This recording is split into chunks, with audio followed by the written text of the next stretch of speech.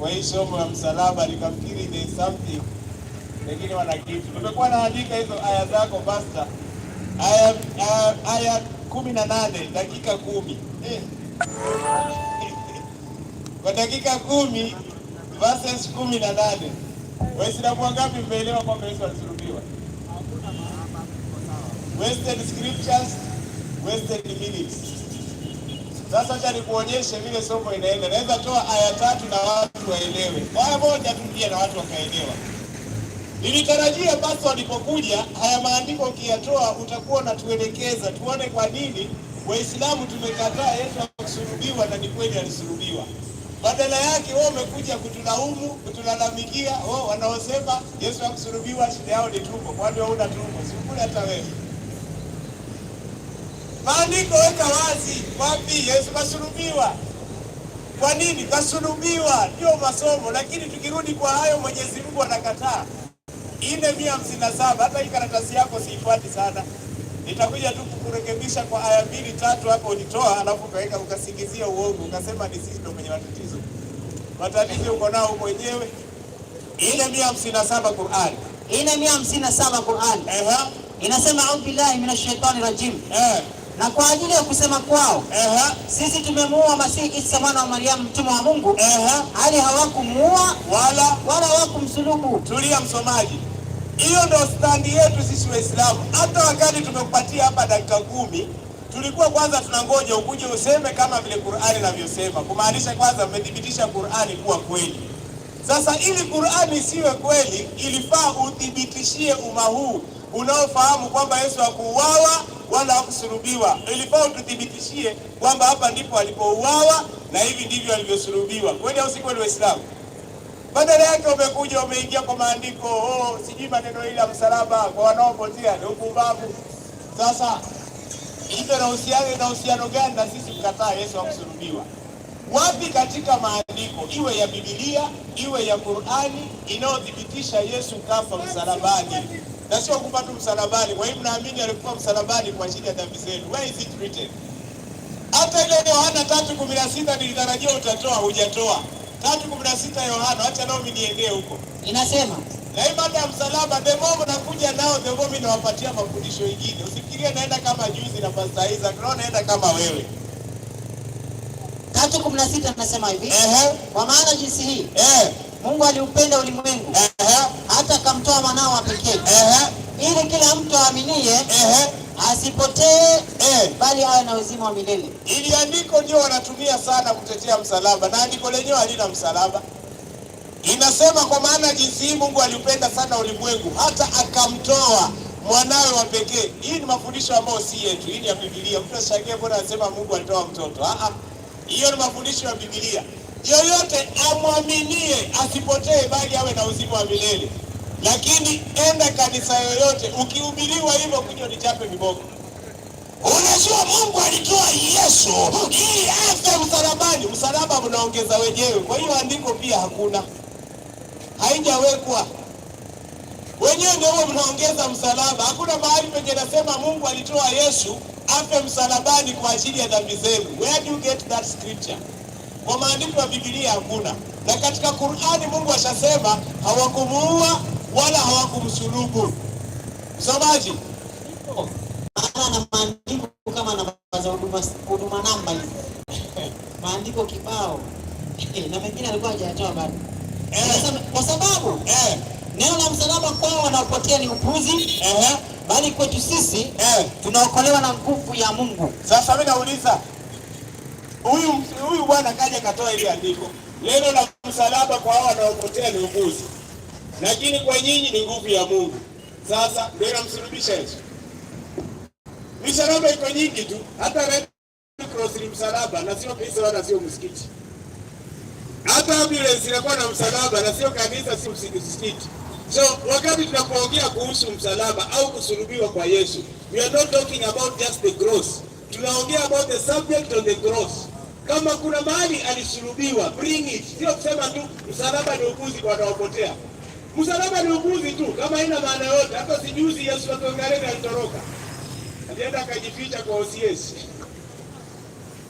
Sasa na wale watoto Gareni waliona msalaba, walienda na msalaba huko. Unajua msalaba, wewe talk about the cross, when specific. Lakini kama ni ile Mwenyezi Mungu anasema, Mwenyezi Mungu anasema Nabii Isa hakuuawa wala hakusulubiwa. Na juzi niliwacha hapa assignment ambayo narudia kwa ina dakika chache, sina haja ya kutoa maandiko mengi. Kabla mkuje mwambie Waislamu kwamba Yesu alikufa kwa ajili ya dhambi zenu, mtuambie ni Yesu gani mnaongelea habari zake. Kwa sababu Yesu kuna mmoja ka commit suicide, kuna mwingine alichinjwa, kuna mwingine alichomwa na kuna mwingine alisulubiwa. So what are you talking about? Alafu mna Yesu wangapi kwa hiyo Biblia? Msomaji. Na kuna yule alikufa kabla asulubiwe. Sasa mimi nashangaa, hao Yesu watano tuchukue yupi? Na nikisema tunaona Nyakundi ananiangalia ni kama Muhimidi nilipatiza. 19:37 Yohana. Anahurumishi. 19 anasikia kwa mara ya kwanza. Huko kwa baruani wapati. Hao nadhani kaji wako humu. Wote taja Qur'ani, mimi taje kwa nini? 19:37 Yohana. Yohana 19:37. Inasema hivi, Nyakundi bwana amelegeza kichwa hivi, anahurumisha kweli mpaka naanza kumuonea huruma mimi. Wewe ni kuja hujajiandaa. 19:37. Inasema na tena andiko lingine la nena watamtazama yeye aliyemchoma. Yeye walifanyaje? Waliyemchoma. Kwa hivyo hapo walifanyaje? Walimchoma. Hiyo ni kifo namba 1. Ama ni ile kama si ile ya kuchoma na tairi. Hiyo mimi sijui, watatuambia.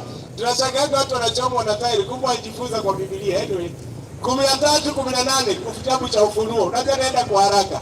Nilisema hii topic anytime mwalimu wa Kikristo anataka kujadili na mimi, kwanza ukuje ukiwa specific. Tunataka kuongea kuhusu Yesu gani? Ndio maana narudia hapo. Kwa hiyo hapa kuna mmoja kachomwa, mwingine naye alifanyaje? 13:18. Hapa ndipo kwenye hekima.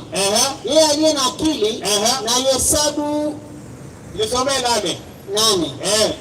8 nasema hivi, kitabu ni cha Ufunuo 13:8. Niko hapo, inasema hivi na watu wote wakao juu ya nchi watamsujudu kila ambaye jina lake alikuandika katika kitabu cha uzima cha mwana kondoo aliyefanyaje? Aliyechinjwa. Kwa hivyo huyo alifanyaje? Alichinjwa. Ni dakika 3 zinatosha kutoa mtu motoni kumwingia peponi. Huyu kachinjwa, yule kafanyaje? Kachomwa. Kuna huyu 27:50 alicommit suicide. Yeye alijiua mwenyewe. Kwa hivyo next time utaka kuongea na mimi kuhusu Yesu kufa, uniambie ni Yesu gani tutakuwa tunajadili. Nisije tu hapa nikawa najadili kuhusu huyu kumbe naongea kuhusu huyu. Au mnasemaje Waislamu? Na mtu ukufa mara ngapi? Mara moja tu. Sasa inakuwaje huyu wa Biblia anakufa mara 3 tofauti? 27:50. Naye Yesu akiisha kupaza sauti tena kwa nguvu akaitoa roho yake. Ukiitoa roho umefanyaje? Umejiua. Umejiua. Naam. Anauliza sasa, huyu ni watatu. Tunajadili kuhusu Yesu gani? Wakati tunakuja kwa summary mniwekee wazi. Niongezee mwingine. Ongeza. 15:25 Marko. Marko 15:25 inasema hivi, kitabu cha Marko. Nishafika basi. Ilikuwa saa 3. Nao wakamsulubisha. Huyu wanne amefanyaje? Alisulubiwa. Na huyu watano hata hawakumuona. 12:36 Yohana. Huyu alikimbia. Huyu ndo mimi najua. Huyu aliingia mitini. Huyu ndo mimi najua. 12:36 Yohana. 12:36 kitabu cha Yohana inasema hivi. Wewe Sadumu, acha kuniangalia. Wacha nichokore leo. Leo nimeamua kuchokora, tusifundishi. Maadamu mnayo nuru. Yaamini nuru hiyo ili mpate kuwa wana wa nuru. Hayo aliyasema Yesu. Akafanyaje? Akaenda zake akajificha wasimuone. Huyu aliyejificha ndio mimi niko naye. Hakuonekana, hakuuawa. Huyu ndio mimi niko naye. Sasa nyinyi mnaingangana kauawa. Hizi dakika mnazo kuja mniambie kwa wale wanne waliokufa 4 different styles. Wewe ni yupi? Wetu watano mtuachie wenyewe. Alienda akajificha wa kumuona na hakuuawa. Salamu alaykum.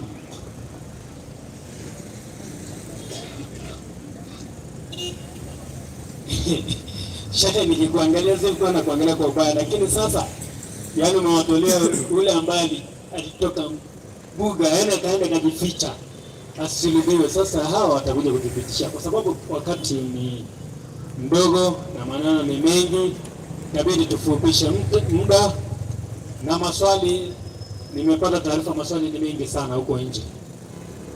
Kwa sababu kulingana na hilo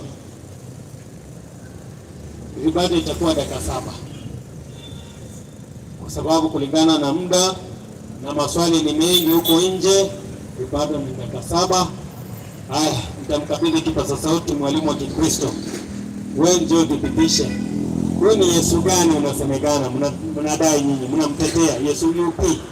Katika wale Yesu wote wale waliotolewa pale, nataka mtutolee mmoja alafu ajadiliwe.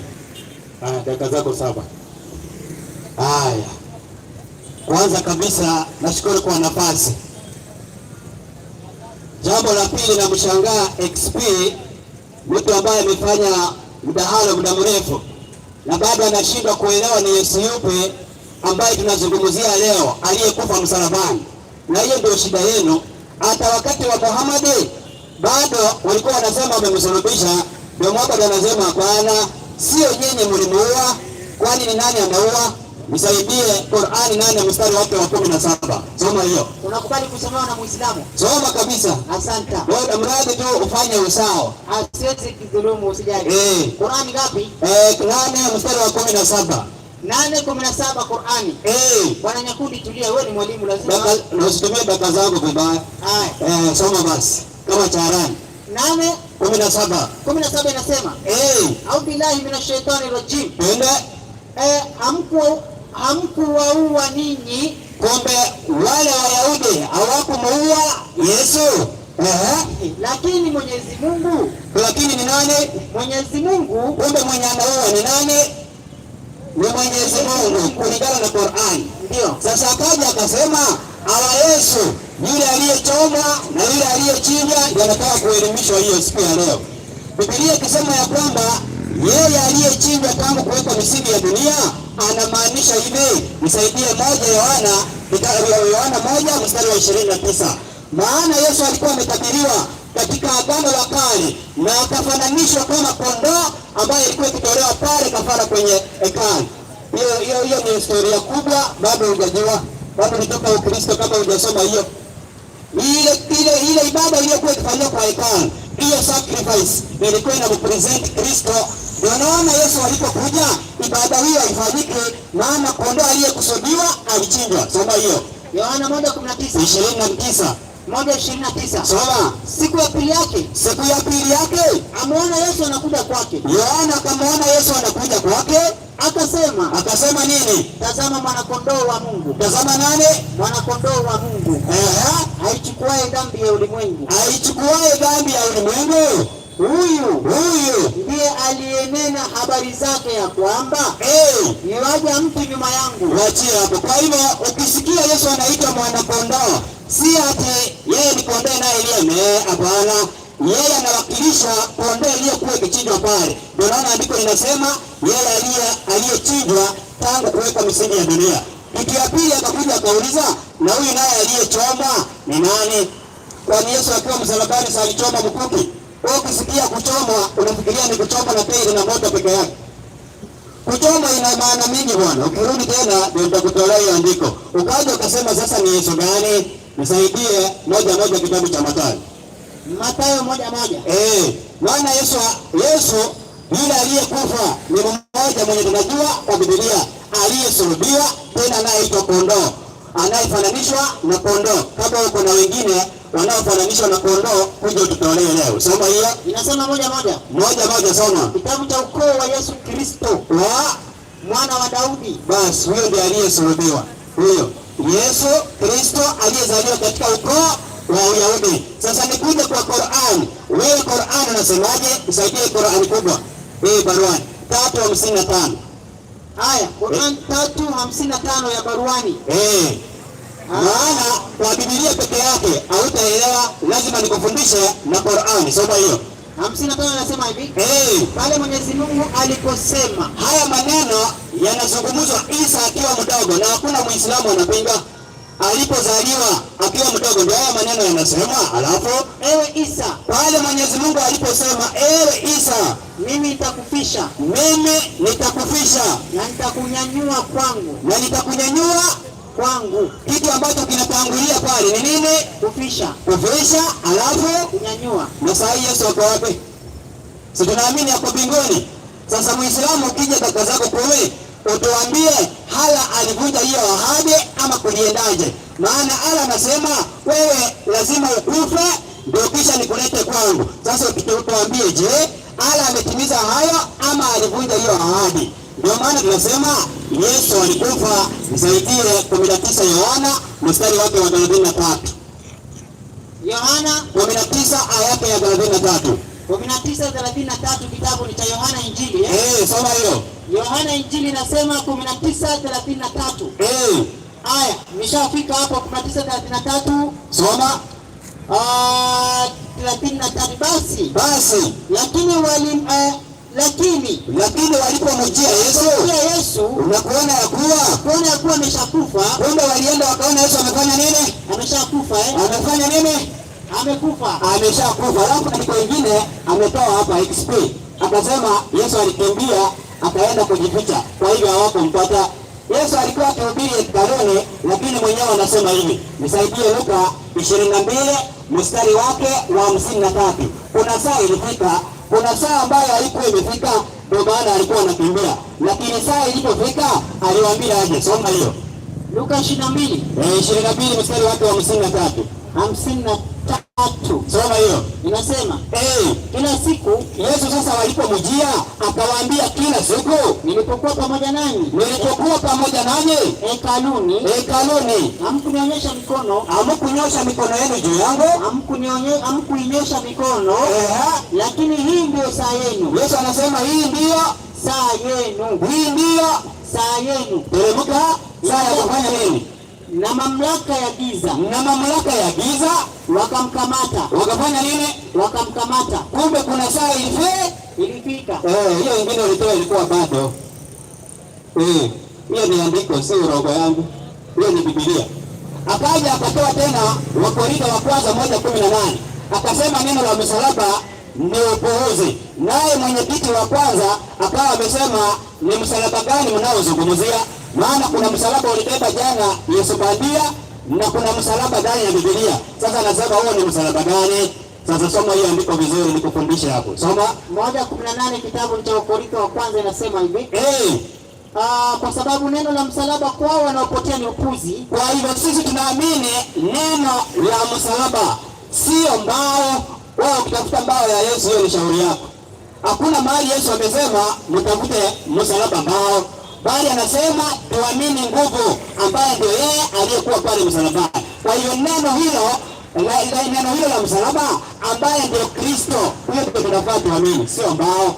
Usiweke imani kwa mbao. Kwa hiyo mwenye kitu nafikiri umepata majibu. Wewe hata ukichukua msalaba wewe kwa kanisani, hakuna kitu kitafanyika kusaidia. Hiyo ni mbao, itaoza na itaanguka chini. Sasa sisi tunazungumzia neno la msalaba, nguvu ya neno la msalaba ambaye ndio Yesu Kristo. Dakika zimeisha. Haya. Kwa hivyo nafikiri tupatane kwa kipindi cha maswali. Wewe naye tena ndiye ameenda kabisa. Huko tena ametoa Yesu kwa msalaba, akasema ni neno. Haya ipasa. Ninashangaa. Anasema wewe ulitoka kanisani kama hujajua hiyo maneno. Mimi sijajua. Sasa hebu mrekebishe. Asalamu alaykum. Yaani nilikuwa natarajia ametoka mgonjwa akaja daktari. Huko ametoka alimaututi kaja marehemu. Seriously, mimi nimeacha hapa a very simple test. Before tuanze kuongea kuhusu Yesu, mtuambie ni Yesu gani ambaye nyinyi mmechukua tunaongea. Sasa hizi umetoa the subject of Jesus, unatuambia nguvu ya hiyo kitu ndio tunaangalia. Sasa hiyo ingekuwa topic, ungesema leo mada ni nguvu ya msalaba, sio msalaba au vipi Waislamu? Kwa hiyo hapo umekuja kutapatapa tu. Nimekuwa nikifuata maandiko yako just like your brother. Una maandiko mengi, hoja kidogo. Lakini ile Qur'ani uliguza, lazima niguze. Qur'ani 8:17. Hii ndio nilikuwa nashangaa, ile andiko inahusiana vipi na Yesu kufa? Ndio nataka uisome tena. Yeye kamuingiza Yesu hapo. Yaani nashangaa sana. Hapo hakuna Yesu. Wewe ndio umeingiza hapo Yesu. Nilikuwa namuuliza saizi hii umetoa nini?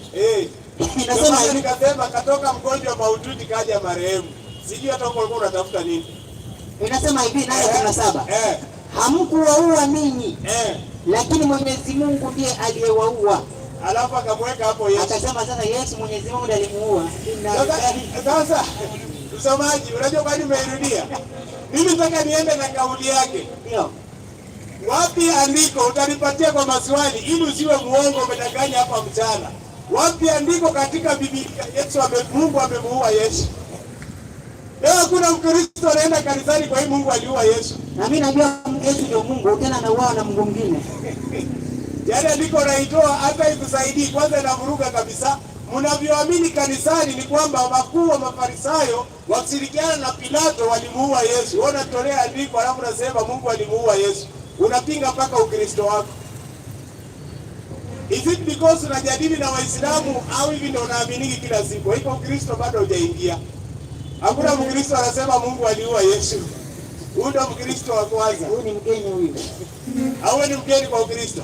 Unajua Mungu alitoa Yesu afa pale msalabani kwa ajili yetu. Hiyo ndio mimi najua. Hiyo sauti yenyewe huyo hana. Hiyo yako. Unajua Mungu aliua Yesu. Kanisa utafunga. Utafunga kanisa. Akatoa Yohana 1:29 akasema ni sacrifice. 1:29. Mimi hata sirudi kwa ajili ya time. Akasema Yesu alikuwa ni sacrifice. Na mimi nilikuwa nishampatia andiko hapo juu. Katika Ufunuo wa Yohana 13:8. Hii sacrifice imechinjwa. Sasa nikauliza, Yesu mnaamini ni yule alichinjwa au yule alisulubiwa? Au sikuuliza kwa Waislamu? Sasa yeye anakuja anatetea hiyo ya kuchinja, anasema Yesu alikuja kama sacrifice. Swali la kuuliza, huyu mwenye unasema Mungu aliua, au huyo mwenye alichinjwa, au huyo mwenye alisulubiwa, au ule mwenye alicommit suicide, au ule mwenye alihepa, Yesu gani unaambia Waislamu hapa leo? Because your Bible has got 4 different identities, zote zikisema ni Yesu. Sasa tunashika yupi? Hii hapa ya sacrifice ya kuchinjwa. Na kama alichinjwa haikuhusu wewe, ndio aje siendi kwa kuchinjwa. Kwa hivyo najua Yesu hakuchinjwa, wala hakusulubiwa, wala hakuuawa. Kwani usikuwa ni Waislamu? Kweli. Wewe ukisikia alichinjwa, waulize wenye walichinjwa, walimchinjia wapi? Hawajui. Nakwambia ni sacrifice. Na mwenye kuchinja hajui nani kamchinja. Akatoa Qur'ani 3:55 katika baruani. Hapo lazima pia niingie. Kwenye niingie kwa Qur'ani mimi lazima nipite kidogo. 3:55 Qur'an. Alafu nimjibu hapa swali mawili aliwacha hapa nyuma. Inasema hivi, pale Mwenyezi Mungu aliposema, ewe Isa, mimi nitakufisha na nitakunyanyua kwangu. Sasa yeye akauliza, ati neno linalotangulia pale ni kufisha kisha kunyanyua. Unajua ukitaka kutafsiri kila kitu direct. Kwa mfano nikiuliza what is your name? Alafu ni tafsiri kwa lugha yetu direct. Haitaenda hivyo. He has taken medicine. Amechukua dawa. Hiyo. He has taken medicine. Kwa Kiswahili ni amechukua dawa. Amemeza nini? Amemeza dawa. Meza hiyo yenye umekalia hapo au umeweza kumeza? Kuna meza hii. Lugha kama ujui, usinganganie tu. Wapi kufisha na kuja kabla ya kukunyanyua. That is not upon us kujua. Mwenyezi Mungu anasema yeye atamnyanyua kwake, yeye ndiye atakayemfisha. The question should be, wapi kafishwa ndio tujue kwamba alikufa, sio kwamba wewe ujijazie kama unavyojijazia saa hizi kwamba alipomnyanyua inamaanisha atamfisha. Kwa Qur'ani hatujazii, tunaangalia kilichoandikwa. Na what the Quran says ni kwamba wakumuua wala wakumsulubu. Na topic ilikuwa msalaba, haikukuwa process ya vile Mungu anafanya kazi yake. Hiyo ndio ingekuwa topic, tungeanza kuulizana kufisha, kunyanyua. Inaokuja kwanza ni ipi na kwa mujibu wa andiko gani? Because you cannot translate the scripture by your own plain head. Hii yetu imejaa mambo mengi. Kama yangu saa hizi ukianza kuniambia tafsiri maandiko, nafikiria kesho sijui niende maandamano au nisiende. Sitaanza kuandamana kwa maandiko. Usitumie kichwa chako. Wacha maandiko ijieleze. Kwa mfano hii uliotoa hapa. Nilikuwa naandika ndio nikae kwa zile hoja zenu tu. Kwa sababu hoja ya msalaba wiki nzima hapa tunaongea kuhusu msalaba. Kwani au sio Waislamu? Ndio maana nimeamua nisiangalie hoja zangu. Nachukua zao niangalie hizi zao. Naona pengine hapa ndio kwa hii wiki nzima mtakuwa mkielewa. Kumbe mnakuja na mambo mengine tu. Msomaji. Nipo. 1:18 wa Korintho wa kwanza. 1:18 wa Korintho wa kwanza nasema. Wacha nimuelimishe kwa nini ni upumbavu au ni upuzi. Haya, sawa. Inasema hivi. 1:18 kitabu cha Wakorintho wa kwanza. Kwa sababu neno la msalaba kwao wanaopotea ni upuzi. Sasa hii andiko umetoa na kutusukumia sisi kwamba sisi ndio tunapotea na ndio upuzi. Sio sisi. Ni nyinyi wenyewe. 15 hapo wa kwanza. Ni nyinyi wenyewe, ni upuzi kwenu. Hatuna time hata na hilo. Because you are not among the lost. Naam. Na sisi tumeonekana kuwa mashahidi wa uongo wa Mungu. Nyinyi mliokuwa mmesimama hapa na aliyeandika pale na Wakristo wengine wote. Kwa maana tulimshuhudia Mungu ya kuwa alimfufua Kristo ambaye hakumfufua. Unaona pia mlianzia upuzi wenu hiyo. Mnashuhudia Mungu ambaye alimfufua Kristo ambaye hakumfufua. Ikiwa wako hakufufuliwi. Maana kama wako hakufufuliwi, Kristo naye hakufufuka. Naendelea kusema. Na kama Kristo hakufufuka, imani yenu ni bure. Imani yenu ni bure. That is what we call foolishness. You believe in something which is vain. Haiko kitu bure kabisa. Hiyo ndio upumbavu. Ndio maana andiko liotoa habari za msalaba kwa wanaopotea ni upumbavu. Endelea kusema. Endelea. Tumalizie andiko.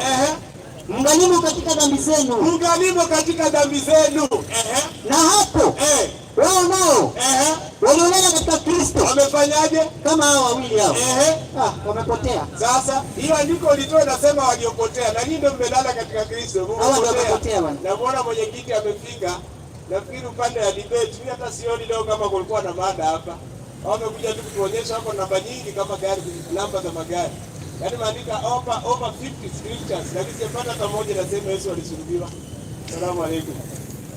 Wa alaykum salaam wa rahmatullahi wa barakatuh. Islam takbir. Takbir. Leo tunataka kujua leo itakuwaje? Maswali sasa tunachukua kutoka nje. Sasa watu wajiandae. Tutachukua Muislamu upande mmoja, kwa upande wa Uislamu mtu mmoja kutoka nje, lakini sio walimu.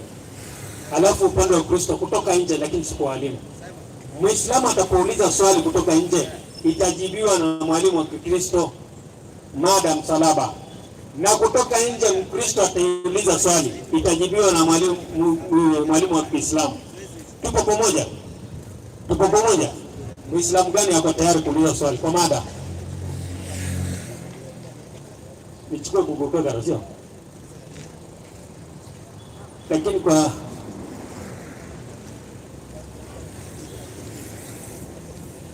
jamani sio? Chairman amesema hiyo mambo kuuliza kutoka nje wacha tuandae kuanzia kesho. Si ndivyo chairman? Kwa sababu ana mambo ya kufanya. Ninaona kabisa kuna Muislamu hapa ameinua mkono na wewe si Mkristo sio? Sasa Kristo hapa nataka kuuliza swali. Keti hapo. Keti hapo. Ataulizia hapa. Aulizia hapo. Keti hapo, wewe keti tu hapo. Mimi ndio nimekupa ruksa, keti hapo. Mbona unataka kukimbia hivyo? Una haraka. Ameingia direct jikoni ba. Alafu na direct jikoni. Anaweza kupakua juice na mpe maiki. Unaitwa nani? Maina nani? Charles. Muislamu? Hapana. Dini gani? Kristo. Una swali? Swali ni lalo. Uliza. Habari zenu? Habari zetu ziko kwenye magazeti na kwenye redio. Uliza swali. The reason umeniita hapa si sababu sio kuita hapo, wewe ndio umekuja ukasema una swali. Sijakuita. The reason nimekuja hapa si sababu unikejeli. Usinikejeli, niulize swali nijibiwe. Sasa si ndio ile nimekupa kipaza sauti uliza swali. Kejeli wachana nazo. Sawa? Sio kejeli. Uliza swali. Swali nimekuwa nikihudhuria mhadhara leo ni siku kama ya 4 hivi. Sawa. Nimesikiza pande zote mbili. Safi. Na kuna wakati nilishawishiwa na upande wa Kiislamu. Tena naona hao wengine pia wakakushawishi. Safi. Haya. Swali siku ya kwanza vile nilikuja ilikuwa kuna huyu Simon Mkureni. Yes. Alimsaidia Yesu msalaba. Alafu mwalimu wa Kiislamu akauliza ni wapi inasemekana kwa Biblia Yesu alimrudishia aliyekasema wapi Simeoni Mgerene akamrudishia Yesu msalaba. Akamrejeshea. Si ndio? Ndio. So kulingana na mwalimu inamaanisha Simon Mgerene ndio alisulubishwa. Sasa swali lako ni gani?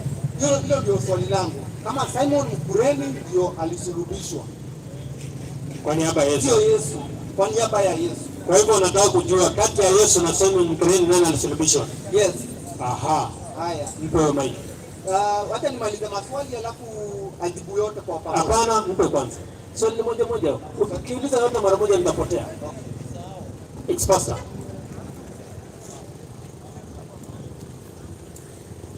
Anataka kujua kati ya Simon Mgerene na huyu Yesu nani alisulubishwa. Asalamu alaykum. 19 wacha nimsaidie kimaandiko. 15:21 Marko. Marko 15. Na leo Ustadh Musa umenipatia swali ya nasari. Nishazoea ile ya kusumbuana. Sasa hizi rahisi kama hizi. Ungemaliza mwenyewe tu. 15:21 Marko. Inasema 15:21 kitabu cha Marko. Anafungua Biblia yake pia. Wakamshurutisha mtu aliyekuwa akipita akitoka mashambani. Alafu mtu mmoja mpatie ile pastor kiti, amesimama na mgeni wetu. Wewe kama mimi nakujibu wote kama utapeanaje? Wewe ni mmoja wa wageni. Wacha kuna wenye wanaweza peana kiti, utapeana. Wakamshurutisha mtu aliyekuwa akipita akitoka mashamba. Simeoni Mgerene. Baba yao Iskanda na Rufu. Ili auchukue msalaba wake. Hebu mpe mic. Kufikia hapo nani amechukua msalaba? Ni Simon of Cyrene. Yeye ndo amebeba msalaba? Yes. Ampe mic aendelee.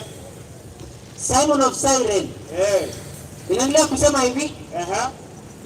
Wakamleta mpaka mahala paitwapo Golgotha. Mpe mic. Wakampeleka mpaka wapi? Golgotha. Nani huyo? Wacha nisome na Kizungu tafadhali. Unataka kusoma kwa Kizungu? Yes. Asoma. Haya. Na tukiongelelea basics, wacha nielimishe kidogo. Mimi nimecheza mpira kidogo na before uende kwa doing all the tricks, coach tells you should learn the basics first. True or false? Anyone who has played football, learn the basics first. Mimi ni coach wa mpira. Na hiyo kitu unasema kulearn about the basics, anybody can do it. Yes. And before uende pale juu ama before hawezi toa mimi kama sasa hivi najichukulia kama mtoto mchanga. Siwezi enda pale juu kama sijajua hapa chini uko vipi. Sasa ndio nataka tuende kwa hii basic. Sasa wewe mimi nimekuruhusu kwa basic yako kama inatoka kwa Kizungu kwa Kiswahili itoki. Wewe enda tu huko pia. Hata kwa Kifaransa ukitaka, tuko na Kifaransa hapa. A certain man of Cyrene, Simon, the father of Alexander and Rufus, was passing by on his way in from the country, and they forced him to carry the cross. They forced him to carry the cross. So who is having the cross? Simon of Cyrene. Continue. Higher. 22 says, they brought Jesus. Hapo nasema they brought Jesus to the place called Golgotha. Sasa wamemleta Yesu. Kwa Kizungu nasema wakamleta Yesu. Yes. See Simon. Twende tu hivyo wakamleta Yesu Then they offered him. Sasa huyu ni Yesu anapewa. They offered hivyo wine mixed with mire, but he did not take. Asante. Sasa mwalimu, kufikisha hapa tunamuongelelea Yesu. Ukweli rongo? Twende verse 25. Mimi nimekubali. Unasikia kwa Kiswahili tunaongea Simeoni Mgerene. Kwa Kizungu tunaongea kuhusu Yesu. But at the moment I want to go with your English version. Yes. At the moment we are talking about Jesus. At the moment we are talking about Jesus. Yes, no problem. He's been offered mire. No problem. And he has refused. Right? Yeah. So what? And they crucified him. The person who was offered mire. What time was he crucified? And they crucified him. End of verse 25 tatuambia. Even 24. 25. Dividing up is 25.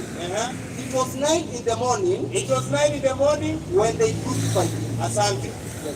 Wewe unavyojua saa 3 asubuhi inaweza kuwa ni saa 6 ya mchana. Haiwezi. Ukisulubiwa saa 3 asubuhi utapatikana barabarani saa 6 ya mchana. Unaweza patikana kama hujatolewa. Kama wewe umesulubiwa saa 3. Yes. Wewe unavyoamini aliposulubiwa alifufuka au alikufia msalabani? Alikufia hapo msalabani. Ukimpata saa 6 anapiga raundi. Anapiga raundi pande gani? Mpe mic. Sio hiyo sasa. Swali nzuri. Nimekwambia ukitaka kuja na kizungu kuja nayo, ukitaka kuja na Kiswahili Natumana nikia Kisugu kinaletwa sahihi. 19:14 Yohana, saa 6 Yesu alikuwa wapi? Haya. Saa 3 hapo lakini saa 6 anapiga raundi. 19:14. Au unataka toa pia huko kwa kizungu? Haida usasoma kwa kizungu tu. Kwa kizungu ndo mzuri bwana. Soma Wale waliokwenda shule. Hata nisome hii yake. Let me read this. Saa 3 kasha kufa huko lakini saa 6 yuko raundi. Lakini pia alikufa. 14 John. It was the day of preparation of the Passover. It was about noon. It was about Noon. endelea. Noon ni saa ngapi kwa Kiswahili? It was About noon ni kama saa ngapi? unajua, Twende kwa Kiswahili kama saa ngapi? Maisha wangu mwenye mimi najua saa 6 bado anapiga raundi. Ukaniambia ni two different people. Sasa shida iko wapi? sisemi hao ni Yesu wawili tofauti. Ni mmoja. Nasema hivi. Hivi ni vitabu viwili tofauti. Na kama sasa hivi tuko hapa kwa mkutano, nikimchukua huyu na yule niwaulize maswali baadaye, the stories kutakuwa na utofautiano. Hata tukiwa shuleni ulikuwa mwalimu alikuwa anakunong'onezea jambo, anakuambia uambie hivyo darasa nzima, alafu ataangalia kwa mwisho aone kama hilo jambo lilosemwa ni hilo. Sasa iko hivi, these are two different people. Sawa? Haina shida, mimi nakubali. They are telling the same story. They're telling the same story. Yes. Yes. But huyu atasema time specific. Huyu amesema saa ngapi? It was about. Huyu atakuwa ni any time. Huyu about. Wewe ngoja kidogo. Si ulienda shule? Unajua time ya break? Time ya break naijua. Ni kama saa ngapi? Saa 4 hivi. Na time ya lunch ni kama saa ngapi? Sasa kumbe unajua tofauti. Na kuna wale wanasema time ya lunch. Yaani unaweza kutofautisha. Kuna wale wanasema time ya lunch ni kama saa 7. Haina shida, lakini so long as ukisema kama saa 4 kama saa 6 inamaanisha you can differentiate the two times. So hapa huyu anajua ni saa 3 na huyu anajua saa 3 na saa 6 haiwezi kuwa sawa. Haya, sawa, tuendelee. Nataka unifunze, unielimishe. Sitaki ubishi, nataka unielimishe sasa. Sasa acha nikuambie. Nielimishe. Kwa Yohana Yesu alisulubiwa saa 9. Okay. Kwa Marko alisulubiwa saa 3. Yes. Kwa Mathayo alisulubiwa saa 6. Yes. Sasa nakuuliza, who is telling the truth? Kwa hawa wote. Kwanza before nijibu hilo swali. Kwa hiyo umetaka basics. Ndio mimi nimerudi kwa basics. Yes. Yaani hapa kwanza mimi naamini hakusulubiwa. Lakini ili mimi Muislamu na Waislamu wengine waanze kufikiria kasulubiwa. Kwanza utuwekee mmoja katika hao waandishi. Kuna mmoja anamsulubisha saa 3, mwingine saa 9, mwingine saa 6. Kwanza tuambie who is telling the truth kwa hao waandishi, alafu hao wengine waongo tuwaweke kando. Mimi si mwalimu, mimi ni swali nilikuwa nalo. Sasa kuna hiyo tulikuwa tumeongelelea ukanieleza. Sasa tumeelewana. Sorry, my question was, who was crucified? Who was crucified? Yes, between Simon of Cyrene and Jesus. It's not about the timing. Okay. But who was crucified? It wasn't Jesus. It wasn't Jesus. Yes. It was Simon of Cyrene. Whether it was Simon or whoever. One thing I know the scripture says it's not Jesus. So, hapa mali scripture inasema ilikuwa, what was the verse? Sorry, it was Luke. Which one? Yeah, Simon of Cyrene. Simon of Cyrene? Yeah. Which book were you reading? Unajua shida yako unajichanganya na waandishi. Luka ndio inasema kwamba Simeoni Yesu akafikishwa Golgotha. Marko inasema Simeoni. Hizi confusion zote sisi Waislamu hatujisumbui kichwa. Tunashika vile Mungu alisema, kama ni chochote hao wameitirafiana. Yesu hakusulubiwa. Whether it was Simon, whether it was Judas, whether ilikuwa ni nani, hiyo ni shida yetu Waislamu. So hapo chini mali inasema and they crucified him. Tusichukulie hiyo maanani. Who was crucified? Because wanasema and they gave him maya. Ngoja kidogo. Huyo ni Yesu alipewa. Just a minute. Yes. That's according to what you have been taught. What I've read here. And what I read is not Jesus. Can we repeat that verse, please? Mpe mai. Haya, nisomee hiyo basi. Alafu nionyeshe hapo kama kuna Yesu. Ndio mimi nakwambia, hiyo matatizo mko nao kwa Biblia. Sisi Mwenyezi Mungu amemaliza hii kesi yote, akasemaje? Hawakumuua wala hawakumsulubu. This many questions haina haja. Au unasemaje Uislamu? Angalia, yeye anasoma Biblia, anaona something else. I'm reading the same scripture from a different Bible, I'm seeing something else. Sasa hapo mnaweza kupata suluhisho. Wakati ya mashahidi wanahitilafiana, huwa sinabidi mtafute mtu wa kando. Sasa mashahidi wa Biblia wamehitilafiana, tunatafuta shahidi wa kando ambaye ni Qur'an. Atuambia hiyo story zao mingi wachana nayo. Hawakumuua wala hawakumsulubu. Soma. Inasema 15:21. Wakamshutisha mtu aliyekuwa akipita akitoka mashamba, Simeoni Mkirene, baba yao Iskanda na Rufo. Hebu angalia hii maneno mimi nimeandika, wamemshurutisha Simeoni Mkirene, baba yao Iskanda na Rufo. Afanyaje? Ili auchukue msalaba wake. Ili auchukue msalaba wake, kisha wakampa mpinyo iliyotiwa manemane asipokee. Mpe maiki kwanza. Hapo Yesu ametajwa.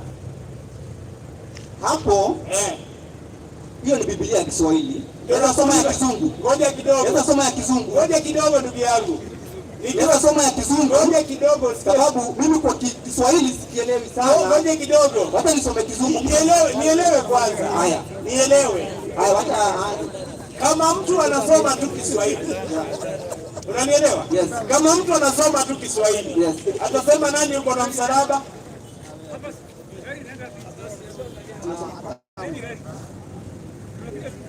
Kama mtu anasoma Kiswahili, Simon of Cyrene ndio kuna msalaba, yeye ndio ameshurutishwa. Kwa Kiswahili? Yes. Kizungu? Haya. Inasema hivi, verse 22. They brought Jesus to the place called Golgotha. Sasa nani amesema kweli? Mswahili is wrong. That's what you mean. The entire is wrong. No, according to this, the translation is wrong. You see, wakati unaposoma Taifa Leo, story tofauti na Daily Nation. That's what I can say. That is what is happening to the Bible hapo. Because sikiza. Kwa hivyo wazungu wote waliosoma Kizungu wanajua nani alikuwa na msalaba? Yes. Waswahili wote Tanzania hata hesabu wanasoma kwa Kiswahili kwa darasa. Hata science wanasoma kwa Kiswahili. Wanajua nani alikuwa na msalaba? Simeoni Mkirene. Sasa tublame nani? Mwalimu niulize hivi, because translation inafanyika both kwa Quran na Bible. So hawa wazungu wenye wametranslate Bible si wale walitranslate Quran. Hawaitwa wazungu. Wazungu hawahusiki na Qur'ani hata kwa popote. Sababu hata saa hii I can download a Quran in English and I have it in my phone. Yeah. I have it here. So does it mean that Quran which is in English is wrong? Biblia ilikuwa inatafsiriwa na wakina nani? Nikwambie. Nieleze. The difference between the translation of the Quran na translation ya Bible. Yes. Translation ya Quran imefanywa na wasomi Islamic scholars. Yes.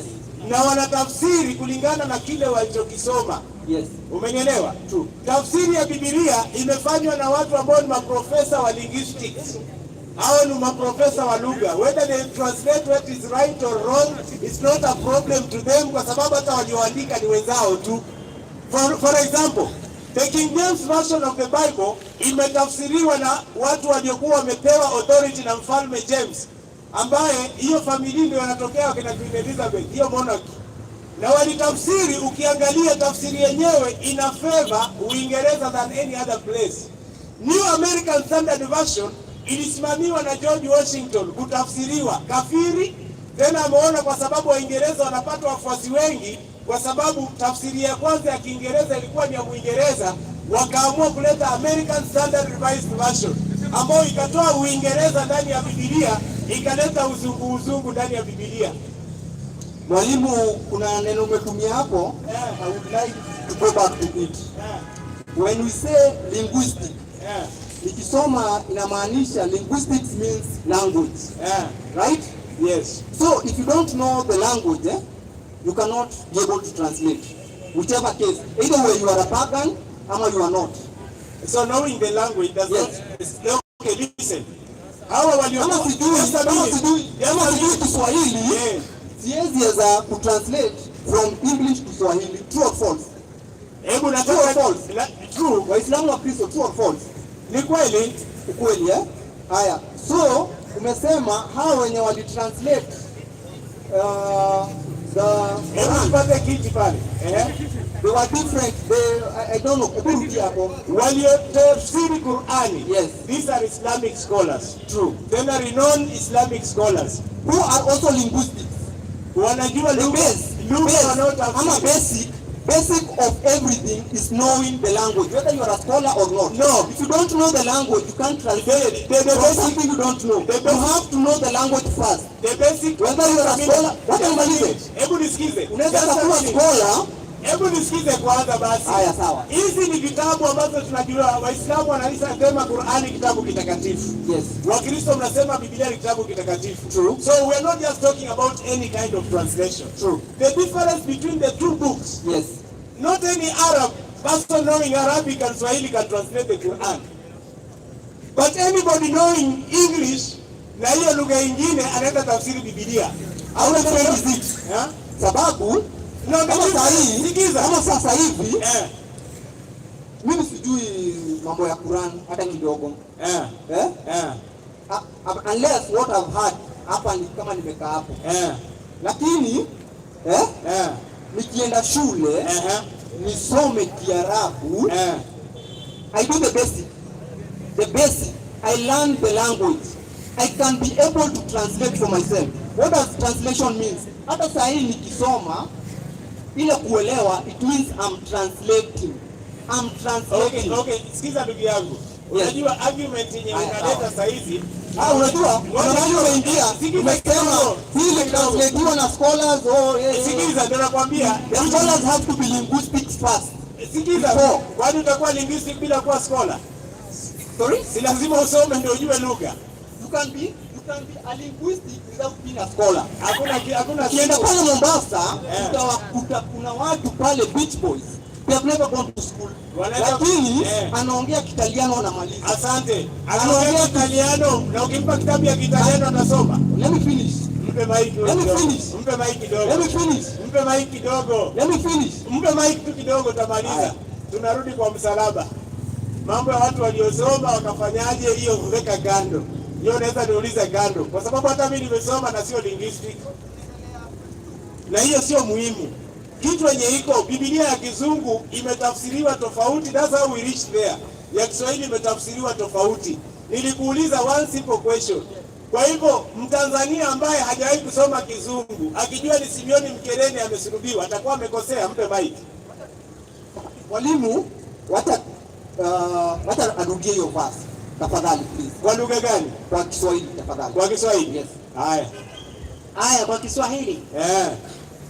Malinguistic sisi ambao tujasoma lugha tunanyamaza. Hata mimi kulia naongea lakini siwezi andika. Sema 15 21. Changamsha kwa hii naona tunachukua muda mwingi kwa jambo ambalo halina msingi kabisa. Marko anasema hivi, wakamshurutisha mtu aliyekuwa akipita kutoka mashamba, Simeoni Mkereni, ili auchukue msalaba wake. Wakamleta mpaka mahali paitwapo Golgotha, yani fuvu la kichwa. Nani huyo? Huyu ni Simon amebeba msalaba. Simon of Cyrene. Kwa mujibu wa Kiswahili. Yes. Na kwa mujibu wa Kizungu bado tunaendelea kusoma. Alafu mwalimu, ningependa kukosoa kidogo. Jambo hili tunaloliongelea si jambo ambalo halina maana. This is the difference. This is where the line is drawn between Christianity and Muslim. So this is a very important topic. The topic itself, ngoja kidogo. Usiseme halina maana. Kitu nilisema haina maana, ngoja nielewe. Kitu nilisema haina maana, ni kujafutafuta linguistic ni nani, aliyesoma ni nani, sijui Muitaliano kule beach, haina maana. What we are talking about here ni the cross. Who was crucified? Hiyo ndo drawing line kwenye iko. Tukitoka kwa who was crucified, haina maana. Haya, hapo mahali umesema halina maana, tukienda shuleni, the teacher teaches you in the simplest. Hebu tulieni, wacha maana point yake. Wacha nimalize. in the simplest way. Sawa. Sasa hiyo ndio mimi nilikuwa naona simplest upande wangu. Haya, wataendelea kusoma. Sasa kwa mujibu wa Biblia ya Kiswahili ambayo ndio lugha tunaongea hapa, aliyekuwa na msalaba ni nani? Ni Simon of Cyrene. Okay, patia mic. Mimi namaliza hiyo kwa tutaendelea ama tumalizie hapo? Hebu tumalizie verse 22. Verse 22. Yes. Kwa Kizungu. Kwa Kiswahili. Si ndio hiyo sasa? Wewe tafuta Yesu mwenye hajaandikwa kwa Kiswahili. Kwa Kizungu ndio ameandika. Nisome kwa Kiswahili. Ndio maana huko kanisani unapata hata mtu ajui Kiswahili Kizungu vizuri, anajitahidi tu ahubiri kwa Kizungu. Kwa hiyo huko ndo anafikiria kuna ukweli. Nakuja kwako 22. 22 inasema hivi. Wakamleta mahala paitwapo Golgotha. Yaani fuvu la kichwa. Hiyo 22 imekwisha. Mpe bai. Umeridhika? Simekwambia waliotafsiri hivi vitu wako na matatizo. Sasa ukweli ndio hii, mpe bai. Ile 157 Qur'an. Ile 157 Qur'an inasema. Mimi nilimwambia tutamaliza kwa njia rahisi, Uislamu sio mnapata jazba. Na kwa ajili ya madamu wa Kiswahili ndio kufuatwa ni yupi, wa Kizungu ni yupi, tunaangalia Mwenyezi Mungu anasemaje. Ile 157 Qur'an. Ile 157 Qur'an inasema hivi. Na kwa ajili ya kusema kwao, sisi tumemua Masihi Isa mwana wa Mariamu, mtume wa Mungu, hali hawakumuua wala hawakumsulubu, bali watobaishwa mtu mwingine. Na kwa hakika ndugu yangu, ngoja kidogo mwalimu. I'm trying to internalize this verse. Okay. Kwanza haya, mpatie huyu jirani yake hapo. Huyu ashaelewa nini sasa ndo ana internalize. Haya. Waislamu, salamu alaykum. Wa alaykum salam. Yes, kuna mambo mengi mimi nataka kuyasema kwa sababu mimi mambo ya kidini I've done, I think, much than my friend has done. But there's something that I want to say kuhusu my dear gentleman here has not understood that those who are there before the Christ, we had the Sanhedrins, the scribes, the Sadducees, but the Sanhedrins were the professors who are in charge of the linguistics. And if you look at the way you have said, we have the King James Version that were written by the King of England by then to favor things that are in the King James Version are things, the doctrines that favor the Kingdom of England. And in most cases, the King James Version is used mostly by the Anglican. Then we have the Holy Version.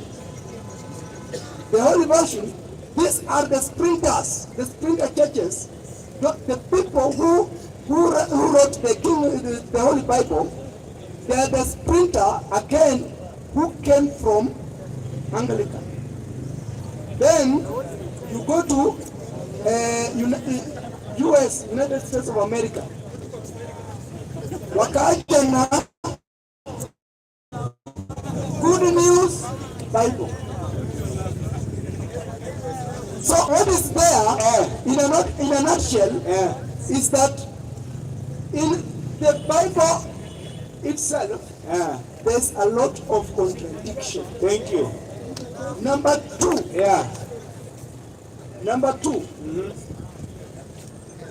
The reason why you see the Quran,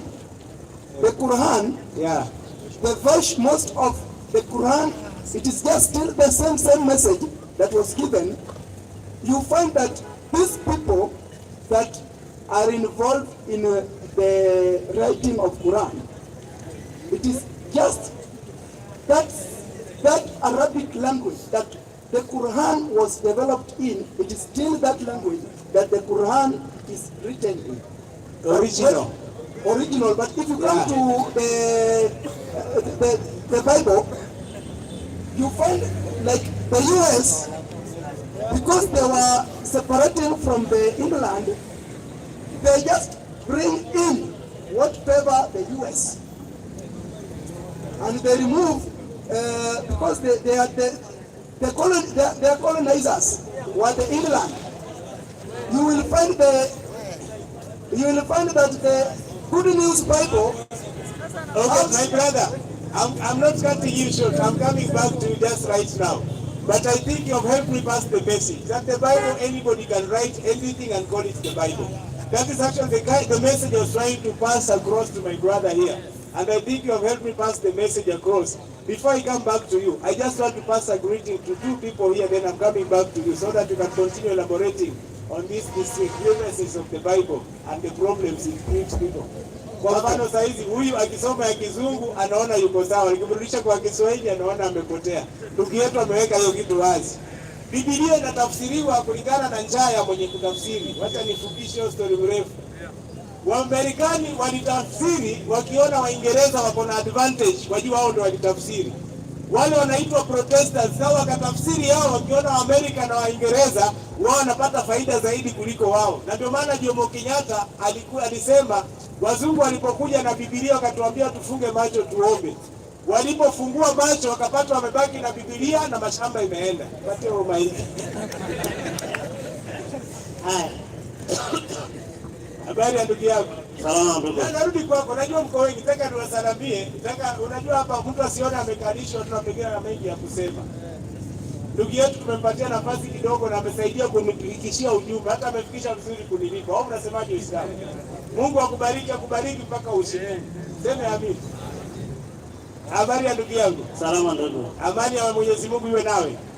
Pia iko poa. Mimi naitwa Ibrahim na ni Muislamu. Na wewe? Mimi naitwa Moses. Dini yako? Ni Kristo, lakini sasa join Waislamu. Unakaribia katika Uislamu takbir.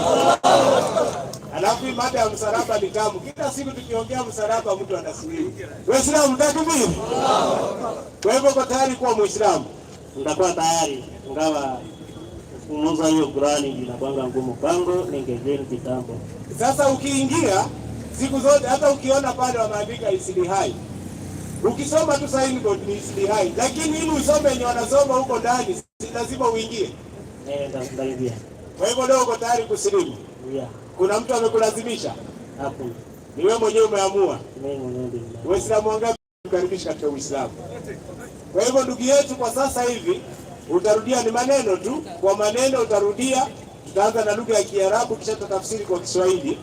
Utakuwa umeshakuwa Muislamu, kisha kuna mwalimu hapo atakuelekeza vile utapata mafundisho. Sawa sawa? Sio. Atuweke kidole moja. Hii nilisema juzi, sio kidole ya ngano. Hii ni ishara tu Mungu ni mmoja. Sema bismi. Bismi. Lahi. Lali. Rahman. Rahman. Rahim. Rahim. Rahim. Rahim. Ashhadu. Ashhadu. An. La. Ilaha. Illallah. Illa Allah. Wa ashhadu.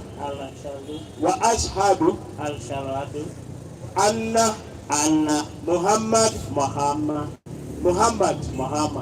Rasulullah. Waislamu shangia, ulimi zetu zinakuanga nzito mpaka tusilimu ndio zinakuwa nyepesi. Sema nakiri kwa moyo, na kutamka kwa ulimi, ya kwamba hapana mola, napenda mola, hapana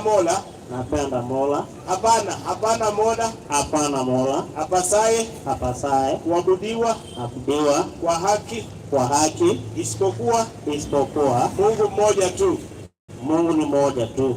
Nakiri kwa moyo, na kutamka kwa ulimi, ya kwamba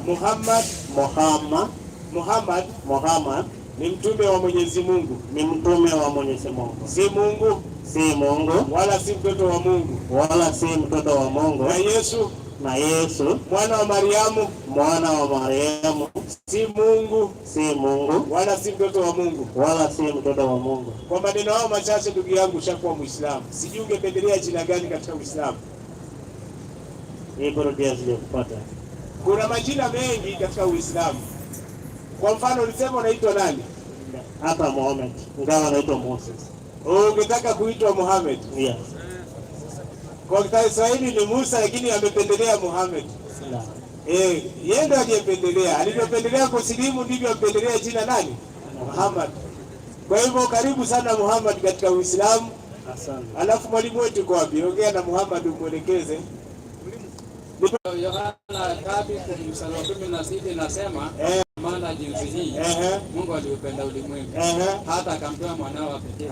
Asante. Ili kila mtu amwaminie asipotee bali awe na uzima wa milele. Asante. Kwa hiyo ukiamini ya kwamba Yesu ni mwana wa Mungu, wewe unataka kubadilisha andiko liko kwa kichwa. Yaani wewe mwenyewe iko kwa kichwa yako, unataka kuibadilisha. Tusome kwenye Biblia. Sikiza kama nitakosea uniambie nimekosea.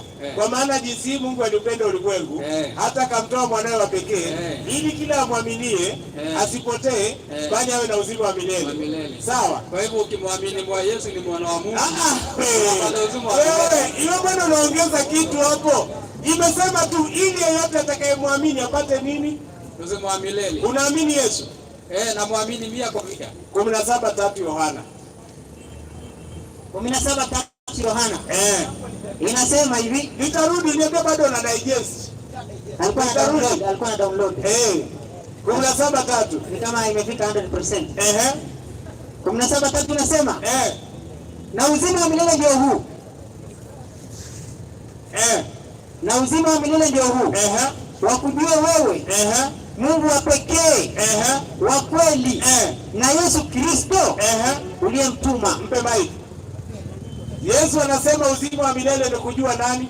Kumjua Mungu wa pekee wa kweli na Yesu Kristo aliyefanywa aliyetumwa na Mungu. Kwa hivyo Yesu ametumwa na nani? Si ametumwa na Mungu. Na inafaa tuamini huyo nani? Yesu ni mwana wa Mungu. Yeye mwenyewe amesema tuamini ametumwa na nani? Kwani akitumwa inamaanisha yeye si mwana wa Mungu. Unajua kuna tofauti ya maid na mtoto wa nyumba. Okay, wewe ukituma mtoto wako dukani si hiyo siku mtuma umemtuma. Nitakuwa nimetuma mtoto wangu na kama umemtuma atabaki kuwa mtumwa ama atabaki kuwa mwana? Mtoto wangu ameenda dukani anarudi. Lakini kituma mwenye kutumwa ni mtumwa ameenda na atarudi. Kwa hivyo akitumwa anakuwa mtumi. Hakui mwana. Tusome hapo kwanza, ngoja hapo kwanza. Yesu ni nani? Yesu ni mwana wa Mungu. Hapo rudia tena.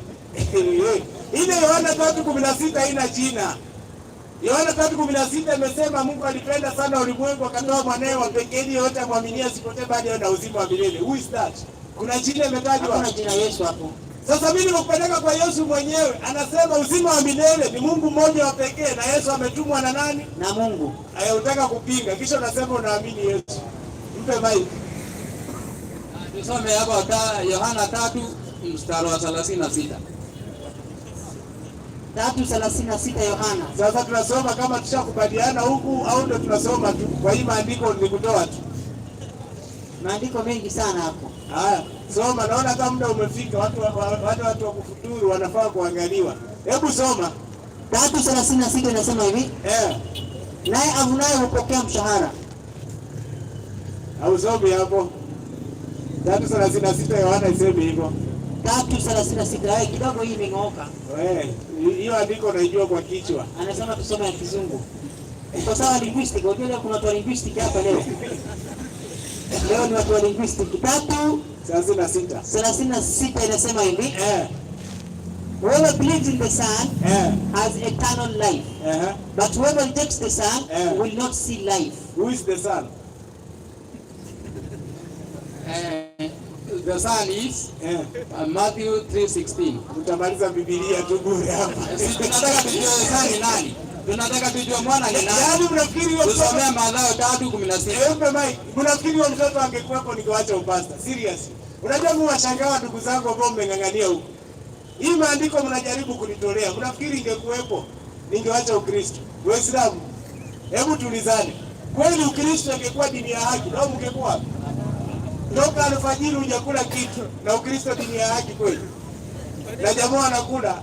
Sasa hizi angekuwa shapiga, sasa hivi ingekuwa shapiga leso hapo. Kuna mtu angekuwa shaninunulia tayari. Yaani niwache hiyo nyama yote mpaka jioni na Ukristo dini ya kweli. Tuambiane ukweli, Waislamu, hii ingekuwa dini ya haki, hakuna kufunga, hakuna kutawada asubuhi maji baridi Nairobi. Nikugoja Jumapili tu naimba for 30 minutes na peponi unaenda. Tungekuwa tunasali 5 kwa siku. Seriously, atuambiane ukweli. Kama ingekuwa hiyo ni haki, kwani Waislamu hii mambo yote tungekuwa tunafanya. Tungekuwa tushakuwa Wakristo tu. Tunafanya dhambi siku 6, siku moja 30 minutes tunakuwa watakatifu. Na peponi tunaenda. Yesu akupe msalabani. Basi. 3:16. Hebu kabla unisomee. Basi. Naomba kwanza ushughulikie wale wenye kufuturu ndio nimalize na hawa ndugu zetu hapa. Msiende hata mmoja. Nimekatisha kwa ajili najua nikiendelea tunaweza fika mahali kawa deep. Alafu watu wetu kwa wakakosa futari. Kama jana imekuwa mtihani kweli. Inabidi watu watafute waingie kwa mifuko yao wenyewe. Assalamu alaikum.